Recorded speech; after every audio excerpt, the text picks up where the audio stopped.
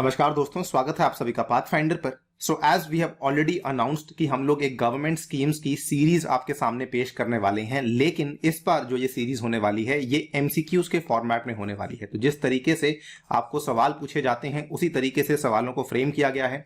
And more importantly जो आपके सामने लेक्चर्स हम लोग लाने वाले हैं ये बेसिकली मिनिस्ट्री वाइज लेक्चर्स आपके सामने पेश किए जाएंगे। तो ये लेक्चर नंबर 1 है जिसमें कि हम आपके सामने शिक्षा मंत्रालय के साथ जुड़ी हुई जो स्कीम्स हैं उसको डिस्कस करने वाले हैं। बिना किसी देरी के लेक्चर को शुरू करते हैं। यदि आप लोग इस पर्टिकुलर लेक्चर की पीडीएफ को डाउनलोड करना चाहते हैं तो यहां पर दिए गए टेलीग्राम चैनल के माध्यम से कर सकते हैं। मुझसे संपर्क में आना है तो वो भी कर सकते हैं, हमने हमारे व्हाट्सएप नंबर को यहां पे शेयर किया हुआ है। मुझसे कहीं और जुड़ना है तो वो भी कर सकते हैं using this particular handle anirudh15a। Alright guys, question number 1 आपकी स्क्रीन पर है।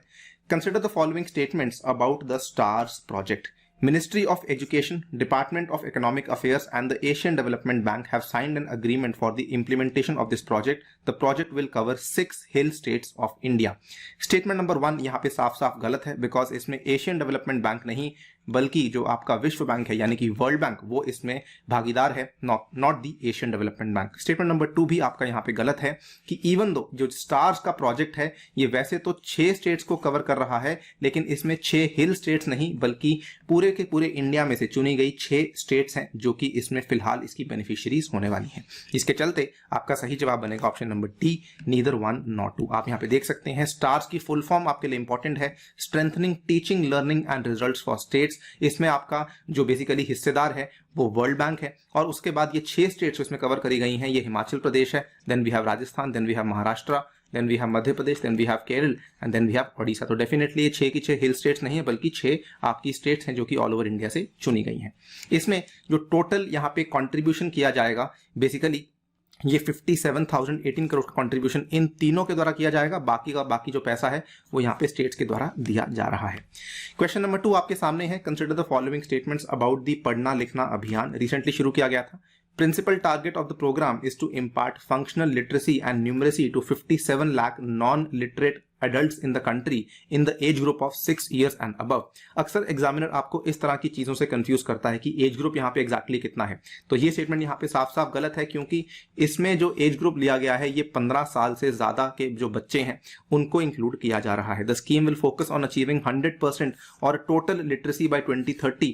ये चीज यहाँ पे बिल्कुल सही है, जिसकी वजह से ऑप्शन नंबर 2 आपका ट्रू है, ऑप्शन नंबर 1 आपका फॉल्स है, and option number B 2 only will become the correct answer. आप यहाँ पे देख सकते हैं the scheme will focus on achieving 100% literacy. 57 lakh non literate adults को यह केटर कर रहा है 15 साल की आयु के ऊपर। आप यहाँ पे कॉमन सेंस भी लगाते तो सही जवाब दे सकते थे, बिकॉज लिखा हुआ है एडल्ट्स और यहाँ पे लिखा हुआ है 6 इयर्स एंड अबव। तो इसके चलते ऑप्शन नंबर बी आपका यहाँ पे सही जवाब बन जाएगा। नेक्स्ट क्वेश्चन आपके सामने है।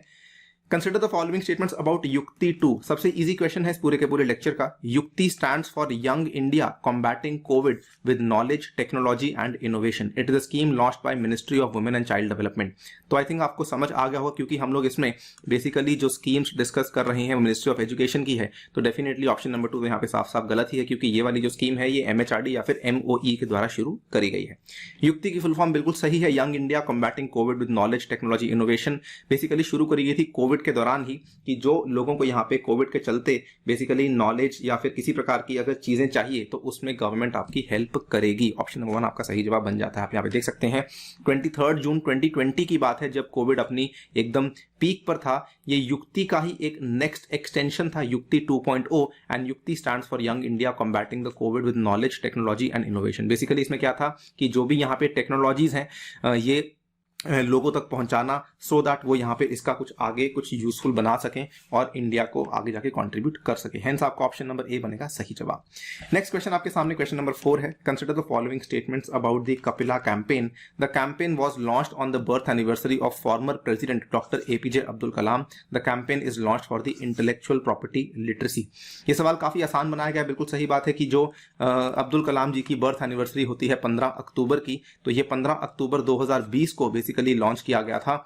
और इसमें आपकी ये बात भी बिल्कुल सही है कि ये इंटेलेक्चुअल प्रॉपर्टी को लेकर जो लिटरेसी है उसी चीज का प्रचार करने के लिए उसी चीज का अभियान एक तरीके से चलाया गया था, इसको लेकर जो अवेयरनेस है वो इंडिया के अंदर बढ़ सके। सही जवाब है option number C.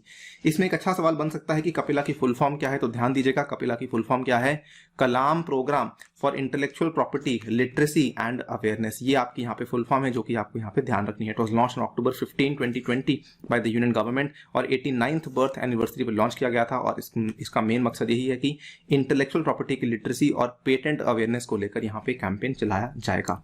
Next question आपके सामने, question number 5, Consider the following statements about TULIP internship program. Interesting question है. The TULIP program is being implemented through a partnership between Ministry of Housing and the Urban Affairs and MHRD. It is a program for providing internship opportunities in all the urban local bodies.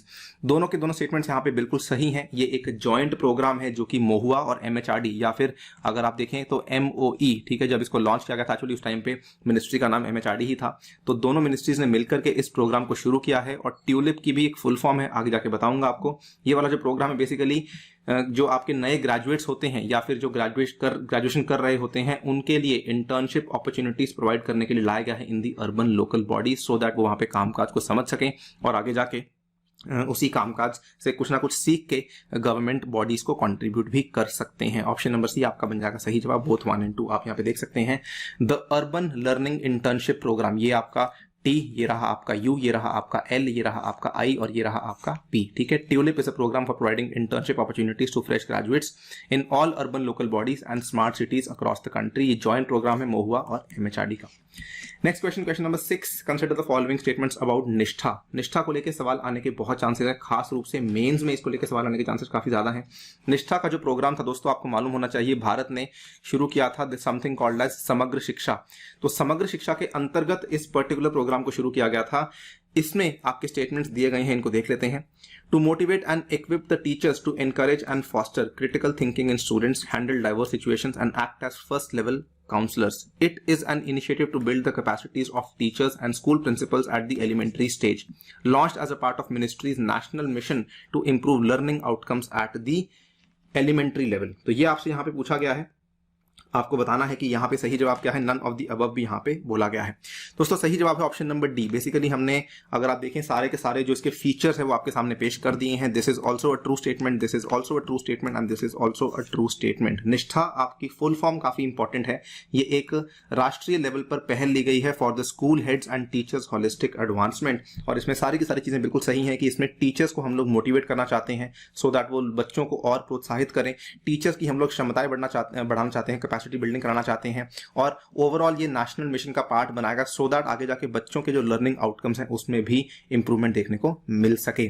ये वाला जो आपका समग्र शिक्षा का centrally sponsored scheme था जिसको कि 2019-20 में लॉन्च किया गया था, उसके अंतर्गत ही ये वाला आपका मिशन लॉन्च करवाया गया था। नेक्स्ट क्वेश्चन आपके सामने है, question number 7, consider the following statements about Vidyanjali. Vidyanjali एक स्कूल वॉलंटियर प्रोग्राम है। The volunteers will act as mentors, confidants and communicators with children. बात बिल्कुल सही है। इनफैक्ट रिसेंटली अगर आपको मालूम होगा तो विद्यांजलि 2.0 को भी लॉन्च किया गया था। कि अभी तक आपका क्या था, विद्यांजलि बेसिकली एक स्कूल वॉलंटियर प्रोग्राम था, यानी कि अगर आप हेल्प करना चाहते हैं तो आके हेल्प कर सकते हैं। लेकिन अब विद्यांजलि 2.0 में एक और चीज ऐड कर दी गई है कि अगर आप पैसा डोनेट करना चाहते हैं तो वो भी कर सकते हैं। द वॉलंटियर्स बेसिकली, ये volunteers basically mentors, confidants and communicators की तरह एक्ट करेंगे। बिल्कुल सही बात है, ऑप्शन नंबर सी आपका सही जवाब है। एक इसमें सवाल और आ सकता है कि ये कौन से क्लास से लेकर कौन से क्लास तक के बच्चों को टारगेट कर रहे हैं। बेसिकली फर्स्ट से लेकर 8वीं क्लास तक के बच्चों को यहाँ पे टारगेट किया जा रहा है, जिनके लिए ये लोग एज मेंटर्स काम कर सकते हैं। आप यहाँ पे देख सकते हैं Vidyanjali is a school volunteer programme और इसमें कम्युनिटी और प्राइवेट सेक्टर की इन्वॉल्वमेंट को बढ़ाने के लिए इस चीज को शुरू किया गया था। ये इसका जो टारगेट स्कूल्स हैं वो भी केवल गवर्नमेंट रन स्कूल्स हैं। Beneficiaries children of government school, government aided schools from standard 1 to 8, ठीक है। नेक्स्ट क्वेश्चन आपके सामने, question number 8, consider the following statements about प्रधानमंत्री इनोवेटिव लर्निंग प्रोग्राम ध्रुव। दोस्तों आपने सुना होगा, ये कुछ ही समय पहले की बात है, इसको लॉन्च किया गया था। Its objective is to enrich children's skill and knowledge. काफी जेनरिक स्टेटमेंट है, ऑब्वियसली ये तो ट्रू ही होगा। The programme was launch from the ISRO। ये बात बिल्कुल सही है कि ये जो प्रोग्राम है बेसिकली इसरो के द्वारा लॉन्च किया गया था। Programme is named after a pole star called the Dhruv Tara. ये बात भी बिल्कुल सही है कि ये पोल स्टार जो आपका ध्रुव तारा होता है उसी के पीछे इसका नाम रखा गया है। हेंस ऑप्शन नंबर डी आपका सही जवाब। बेसिकली इसमें जो प्रोग्राम में जो आपके बच्चे हैं उनकी स्किल्स को बढ़ाना है with respect to space knowledge, ठीक है। To identify and encourage talented children to enrich the skills and knowledge and contribute to society. The programme was launched from the ISRO। Programme is named after a pole star called the Dhruv Tara. Next question, question number 9, बात हो रही है equip की। काफी high expected question है, high value question है, ठीक है। To double the gross enrollment ratio in the higher education to position at least 50 Indian institutions among the top 100 global universities, ठीक है। इक्विप की फुल फॉर्म भी काफी इंपॉर्टेंट है, education quality upgradation and the inclusion programme. ये वाला जो आपका प्रोग्राम है ये बेसिकली शुरू किया गया है in order to double the gross enrolment ratio in the higher education, इसमें कोई शक नहीं है। लेकिन सेकंड स्टेटमेंट थोड़ा ध्यान से पढ़ेंगे, to position at least 50 institutions among the top 100 global universities.